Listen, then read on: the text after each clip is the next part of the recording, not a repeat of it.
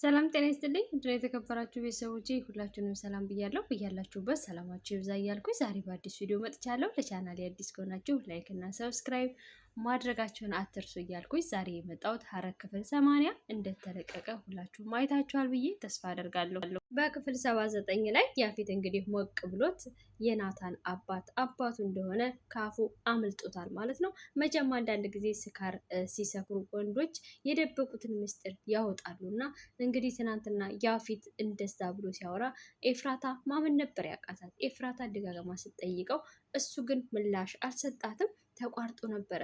ዛሬ ደግሞ እንግዲህ በዛው እየቀጠለ ያፌትና ናታን እንግዲህ ወንድማማች እንደሆኑ በእርግጥ እኔ ከበፊትም ገምቼ ነበረ ያፌት ትልቅ መበቀል እንደሚፈልግ። ምክንያቱም በአባቱ ስላላደገ አባቱ ደግሞ ስለጣለው እናቱንም ካጣ በኋላ ብዙ ውጣ ውረዶችን እንዳሳለፈ ዛሬ ከሰማነው ወይም ደግሞ ካየነው ያሳያል ማለት ነው። እንግዲህ ለኤፍራታ ሲነግራት የነበረው ያፌት ማንም ሰው እንደሌለ ብዙ ውጣ ውረድ እንዳሳለፈ እና ብዙ መራቦችን፣ ብዙ ውጣ ውረዶችን፣ ብዙ ዳገቶችን እንደወጣ ማንም ሰው ከጎኑ እንዳልነበረ ነግሯታል። አንዳንዴ የሆዳቸውን ሲያወሩ ኤፍራታም የራሷ የሆነ ብሶት አለባት። ኤፍራታም በቤተሰቦቿ እንግዲህ ያላደገች እሰው ቤት ያደገች እሰው በር ላይ ተጥላ ያደገች ነበረች። ዛሬ ላይ ደግሞ ህይወት ፈተና ሆናኛለች።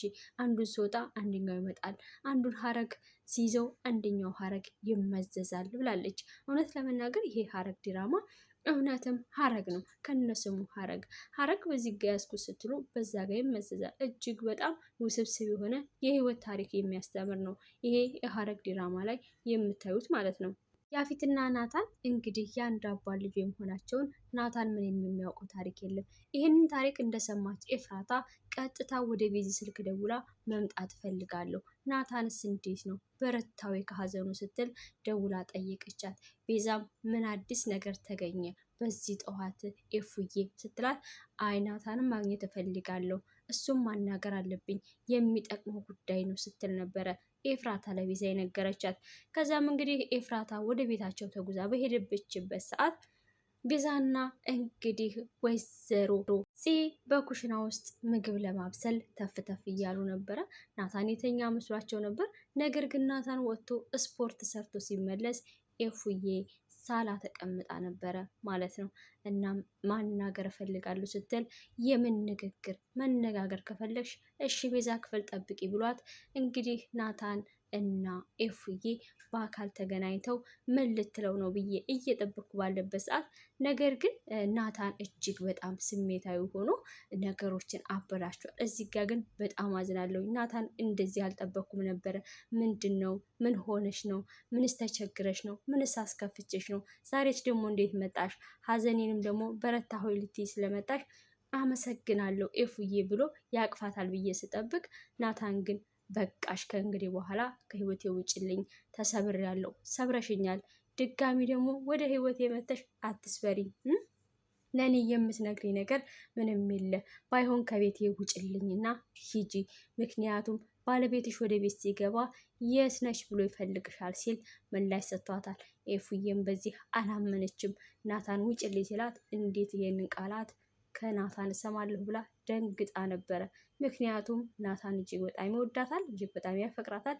አጠራሩ እንኳን ለዛለው የኔ ጨረቃ ሲላት ማለት ነው።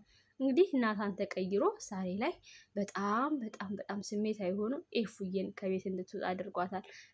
እንግዲህ ከፊቴ ሂጅልኝ፣ ከቤቴ ውጭልኝ፣ እባክሽ ኑሮ ልኖርበት፣ የራሴን ህይወት መኖር እፈልጋለሁ ሲላት ኤፉ በጣም ከባድ ስሜት ነበር እየተሰማት። እንግዲህ ጽዮንና ቤዛ እንኳ በራሱ ተለውጠው ናታንን ሲቆጡት ነበረ። ናቱ ለምንድን ነው እንደዚህ የምታደርገው? አንዳንድ ጊዜ ሰዎች ለእኛ ብለው የሚከፍሉልን መስዋዕት አይታየንም ስትል ተደምጣለች ቤዛ።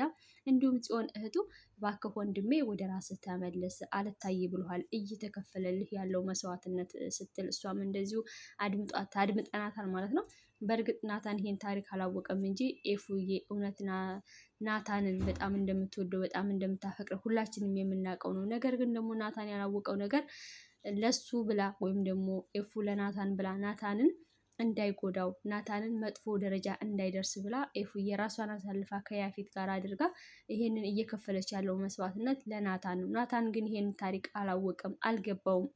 እነ ቤዚ ፍንጭም ቢሰጡት በራሱ እሱ ግን ምንም አልተገለጠለትም።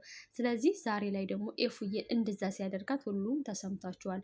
ቤዛ በራሱ ተሰምቷታል፣ ፂም በራሷ ተሰምቷታል። በጣም አዝናለች።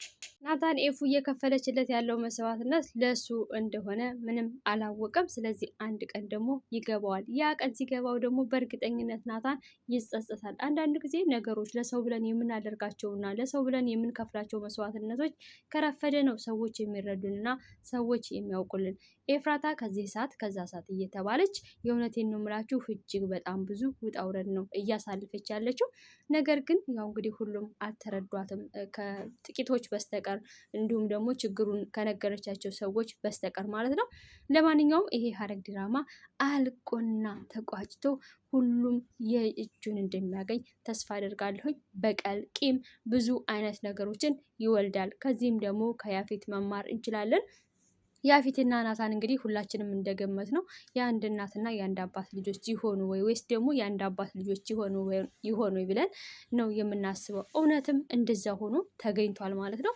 እንግዲህ ናታንም በአባቱ ብዙ ደስተኛ እንዳልሆነና አባቱ እንዴት ሲያሰቃዩት እንደነበረ እሱም ደግሞ ጥሩ ትዝታ እንደሌለው የአባቱ ይናገራል። ያፌትም እንደዚሁ አንዳንድ ጊዜ ህይወት በጣም ከባድ ነች። እኛ ስንስቅ እኛ ለብሰን ስንታይ ህይወት ያማረችልን የተሳካችልን ይመስላል። እንዲሁም ደግሞ ችግራችንና ቁስላችንን ለምንወዳቸውና ለሚቀርቡን ሰዎች ካልተናገርን ማንም ሰው አይረዳንም። ናታንም የራሱ የሆነ ችግር አለበት፣ ያፌትም የራሱ የሆነ ችግር አለበት። የአስተዳደግ ችግር ማለት ነው።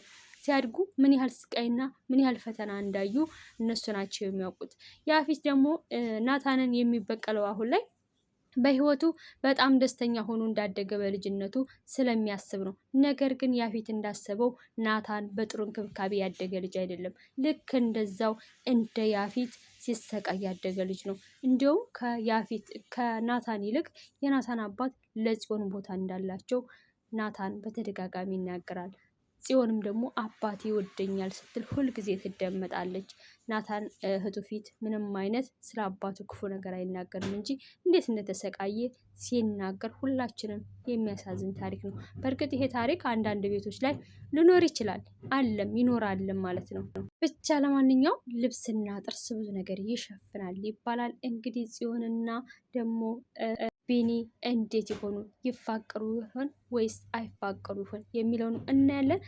ዳጊም ደግሞ እጅግ በጣም አጣብቂኝ ውስጥ ገብቷል። ዳጊ አጣብቂኝ ውስጥ የገባበት ደግሞ ለእህቱ ለኤፍራታ ባለው ጉጉት እሷን ለማግኘት እና እሷን ከዛ ውስጥ ለማውጣት ስለፈለገ እንግዲህ ያፌትን የወጋው ልጅ ወይም ደግሞ ያክስቱን ልጅ ከጽዮን ጋር አገናኝቷል። እንግዲህ በዚህ ምክንያት ደግሞ ቢኒ ጠርጥሮታል ማለት ነው። ዳጊም አጣብቂኝ ውስጥ ነው ያለው። ፈጣሪ ይርዳ ዳጊ፣ አይዞክ።